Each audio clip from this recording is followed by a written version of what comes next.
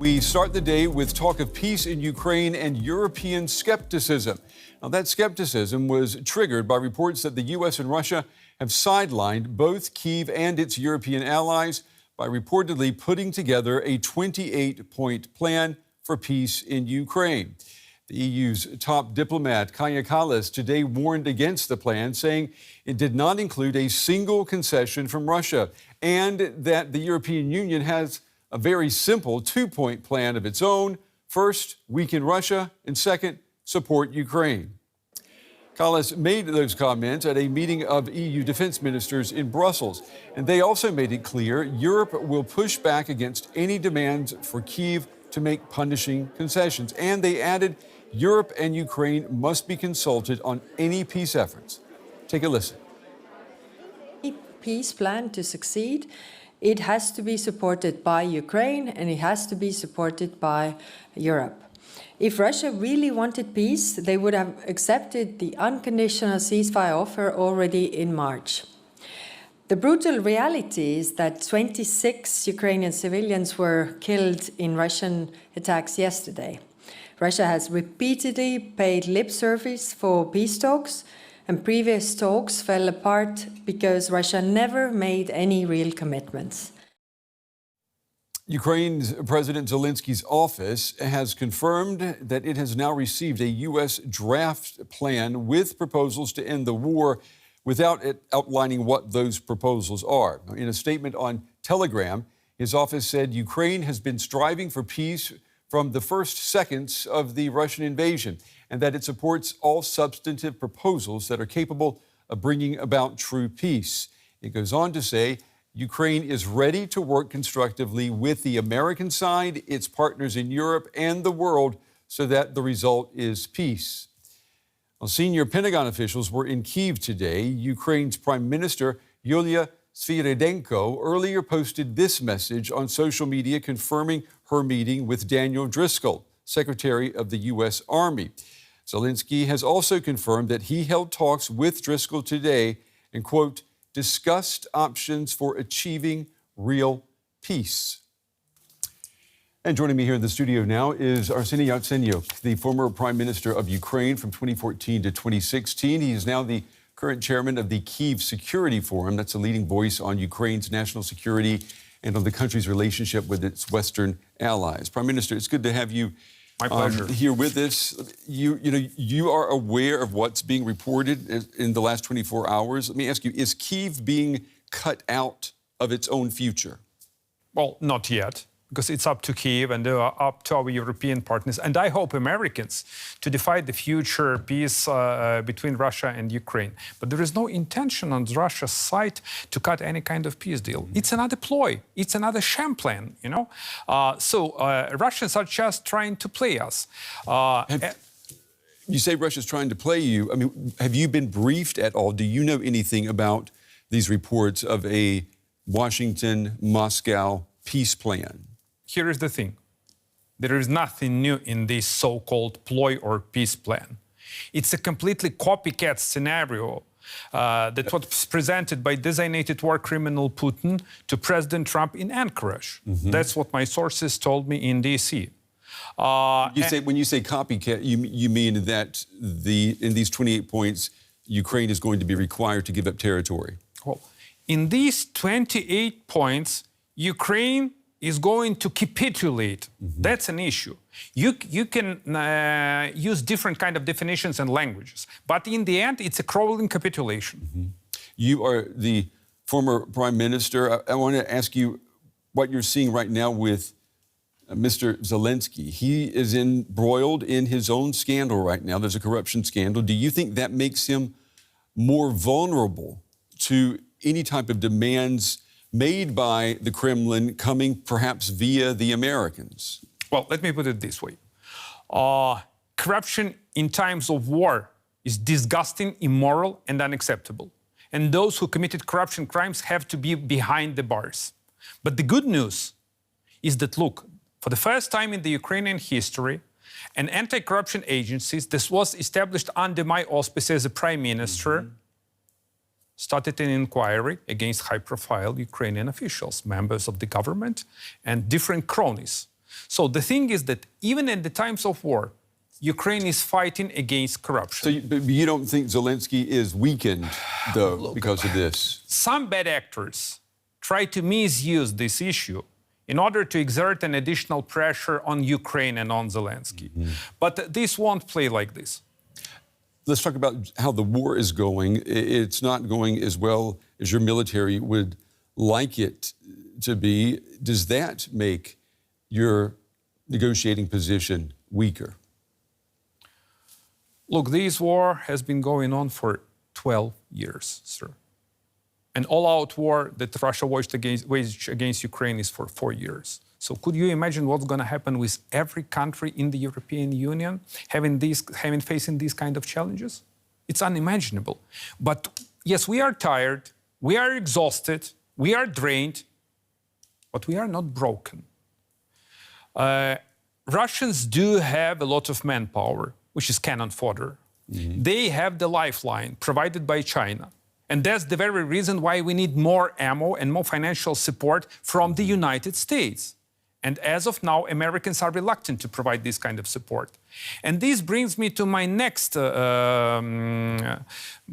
message that, look, it affects the morale of Ukrainian people. We want the free world to stand by Ukraine, not just with the hot air, but with the clear-cut deliverables. Right now, Europeans are doing its best. Well, I want to stay for a moment with the United States and the support that you are getting from the United States. Last night, I spoke with a member of Parliament, the Ukrainian Parliament. I'd like you to take a listen to what he said about U.S. President Trump and his stance on Ukraine. Take a listen.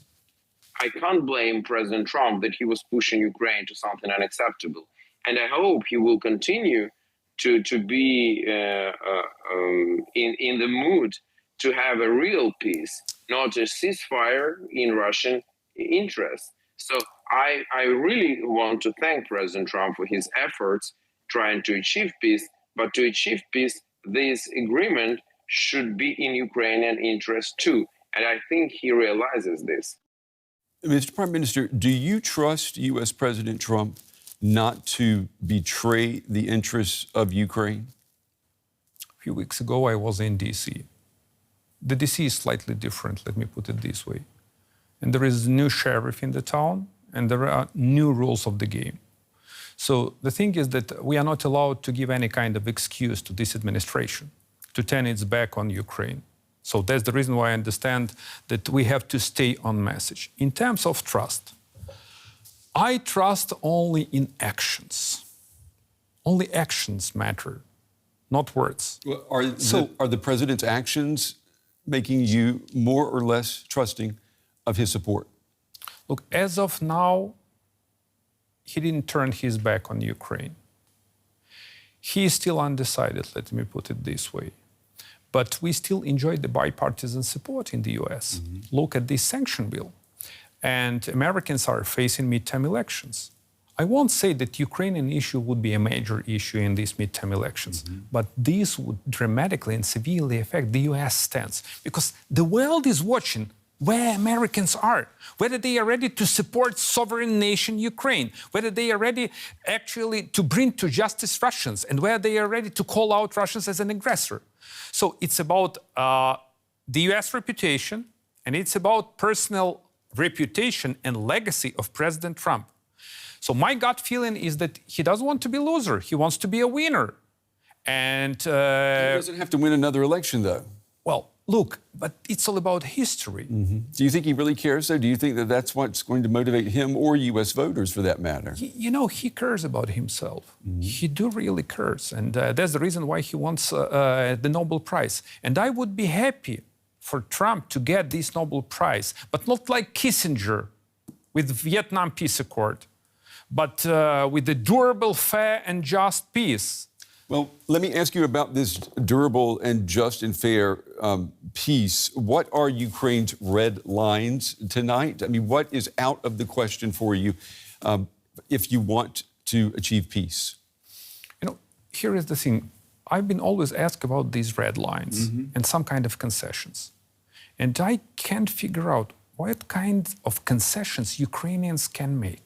Could they give up Crimea, for example? Look, this is completely unconstitutional, and this breaches the international law. I understand that, Mr. Prime Minister, but I mean, you want an end to the war, and if it requires giving up territory, would you accept that? Well, you remember the Munich Agreement of 1938?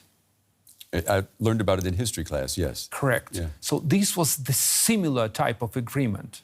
So please cede the land, and Hitler would never invade you. What happened in the end? The Second World War happened. So never reward the aggressor. And I am not ready even to elaborate on any kind of so-called concessions or red lines. Unconditional ceasefire, period. If the United States does shift its position, if the support wanes, how confident are you that Europe is going to be able to step in and fill the void? Well, Europe has already stepped in and filled the void, because actually Germany and the entire European Union, they are the main contributors to Ukraine's security and to your own security. Right now, we need Americans. And let's be clear there. The United States remains your biggest military aid donor. No. After President Trump took the oath of the office, Americans started to sell weapons to Ukraine, but not to deliver weapons to Ukraine on the basis of either land-lease or security supplemental. So it's a huge difference. And Europeans are paying for this ammo via Pearl program. So what is needed, we need American support with the new security supplemental, but there is no will on the American side right now. So Europeans are doing an amazing job, but more needs to be done. Look at the Nordic Baltic countries. They contributed around 2% of its GDP, investing into Ukraine's and their own security. Well, what about Germany is 1.1, 0.1, 0.2. How much confidence and faith do you have in the German government and the German Chancellor, Friedrich Merz? Look, Germany is today as a flagship supporter, and I really praise and I commend both the German people and the German government. But I have a plea to your Chancellor. Mr. Chancellor, please deliver what you've promised on your campaign trail, Taurus missiles. And this would push Americans to provide a long-range capabilities with Tomahawk missiles. We need to deter Russians. So let's do it and show to Russians that you are very, very serious in supporting Ukraine to win the war. But why do you think why do you think the German Chancellor is going to change positions now? I mean, if you look at the numbers, the polls in Germany, a majority of German voters do not want their country to continue giving aid to Ukraine. I mean, the public sentiment is stop with the weapons exports or giving weapons. Why would he change then and commit political suicide? Well, first, I haven't seen these kind of polls, because what I see that the majority of German people still support Ukraine. Second, I believe that your politicians have to be very blunt, open, and frank with your voters. It's about your own security. Look what Russians are doing, everyone in Europe. Acts of terrorism, acts of sabotage, cyber crimes. Look what happened in Poland a few days ago when they actually blown up the railroad. So Russians are going after you, after your security, after your lifestyle, after your countries, after your sovereignty. And we as Ukrainians are at the front line. The second issue is that, look, investing into Ukraine's security and your own security, you're actually underpinning your economic growth. Look at your military-industrial complex. You are and you will be able to provide the cutting-edge technologies. It's an employment, it's taxes. So just be frank and open. And we are living in a completely different world. And this world has the fight of totalitarian regimes against democracies. You're absolutely right saying that you have some kind of domestic political infight, but that's normal. That's the way democracy works. Just go and speak out and tell the truth. And don't care about polls. Care about the future of your country, like we do. If we have a situation where President Zelensky is presented with a plan, if this is true, and there are many red lines in this plan, what should Zelensky do? If he's not going to agree to it, should he resign? First, we can craft so-called peace plan only in conjunction with the European Union and the US. So we have to be on the same page. If we hammer out this kind of plan, it means that Ukraine would accept the plan that has been crafted by Ukraine and its allies. In terms of Zelensky resignation, even despite the fact that we are political opponents with my president, but Zelensky is a legitimate president, and I am to defend the institute of the presidency. And the time will come when Ukrainian people will go to the ballot boxes. After the war. Correct.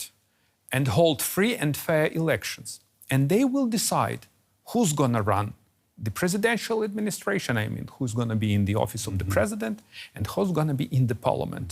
But the key precondition is to deliver durable and long-lasting peace with the ironclad security guarantees. And these security guarantees, you said, I want to hammer on this point again about the Europeans. The Europeans, if these reports are correct, the Europeans have not been consulted either about this plan. So you've got your country, you've got the Europeans left out in the cold and possibly being forced to at least consider a peace plan that they did not help construct.